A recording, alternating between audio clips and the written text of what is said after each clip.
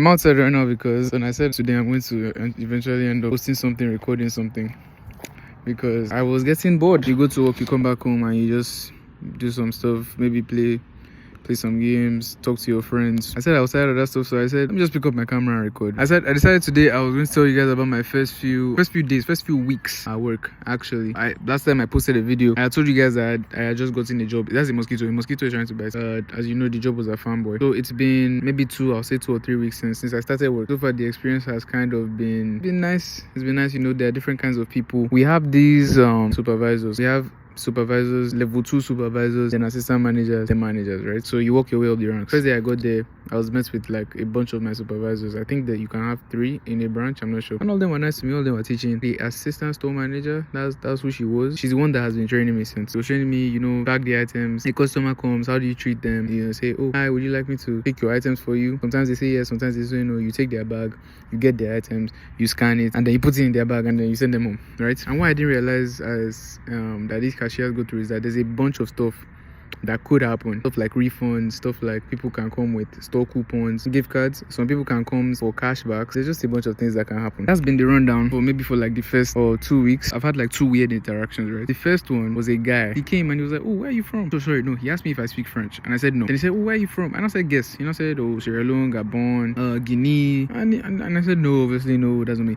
Then I said, I'll tell him I'm from Nigeria. That's what I told him. And I said, oh, wow, that's nice. Yeah, and I said, yeah, well, laughing. Nigeria is such a beautiful place. Then he now said, oh, I knew you couldn't have been Somali. I now asked him why. And I said, oh, is it because Somalians have curly hair and I don't have curly hair? Okay. The guy said no. He said it's because they are different. It's because Somalians are different. And I said different. You know, I said, yeah, I now tried to emphasize the curly hair thing again. You know, I said, no, they're different. I don't, you see, it's been, let me move from this place. The thing about some of these experiences that I don't really know what to classify as being racist, because I've never had too many experiences myself. Thank God. That interaction for me was very weird, because I don't know if that was wrong. Different, he could have been trying to make a point. I'm not trying to save him. I don't know exactly what that means. Anyway, I hope this is better. There's a dog barking behind me trying to take away my life. I'm never going to look back. That was the first situation that I experienced, right? And it was kind of a weird one. I didn't really know how to react. I didn't really know what to expect from that thing. But then the second interaction that I had that was kind of odd in that same scenario was a man. Yeah, it was a man. He was a white man. He just came in and he was looking at me. Guy, head shots, like bloodshot eyes. Like when I say color red, I mean like color proper red. This guy's eyes, like he was angry about something, and apparently he decided that today was the day he wanted to take it out on somebody, and apparently that person was me. But he came into the store. We have these things in the store called salad bar cards, right? So essentially you go, there's like a buffet center in the middle of the store. You can go, you pick your food, and then you can scan your salad bar card and it will give you points. Every purchase you make over $8 gives you 1 point, and then when you reach 10 points you get that meal free. The meal that you reach 10 points with for free. I think his meal was for free or something. With these people, I'm always on my accent. Like, I'm always on my accent game. And I said, oh, you can use your free salad bar points today. Yeah, I just looked at this. Just dead shot, bloodshot eyes, red eyes. I was just smiling because it was awkward. Guy, I was scared. I didn't know what the guy could pull, but there were people around me. So I was really terrified because I knew Max. It seemed that would go down on me. He now tapped the card and I said, I've already scanned this guy and I just left. Oh, I finished all these items and I just left. In the moment like that, you're supposed to tell your supervisor, right?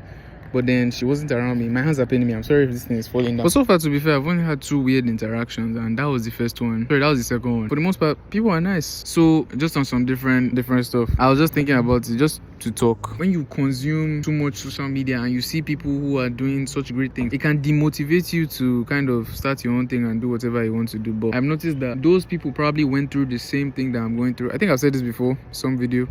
Those people probably went through, I'm sitting in front of the sun, I'm moving again. These people probably went through the same thing that I'm going through in this video. I've noticed that most people that end up making it are usually people that are able to overcome those feelings of like, oh, I might not be enough, or I might not have the capacity, or I'm not going to let it demotivate me to do whatever I need to do. Keyword being need. Anyway, I'm tired of that topic now. But let me go to the park. Church hosted like a garage sale type thing. There was food. I had work on that day, so I couldn't go. I even did will I call it an evangelism? That's what we called it. But it didn't really feel like an evangelism because we were preaching, or we were spreading the word about an event, not necessarily about, you know, the gospel of the Lord.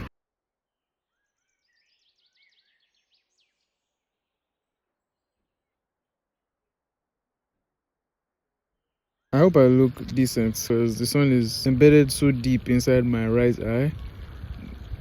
I can't even see anything. I feel like there are also a bunch of things that I wanted to say. Maybe some things that I struggle with. Consistency is a big thing. I've also noticed that I don't know how to balance a lot. Like, I don't know how to take on too much responsibility. Sometimes it makes me unenthusiastic to even participate in a lot of things. When they're like group outings, and I know I have something else to do, maybe on a Monday, the outings on a Friday, I'll somehow convince myself that's too much load for me, because again, I'm aware that I can't handle too much. But I think if you really want to be successful, if you really want to be a good person in general, to whoever you're interacting with, it's best to kind of learn how to juggle a bunch of responsibilities.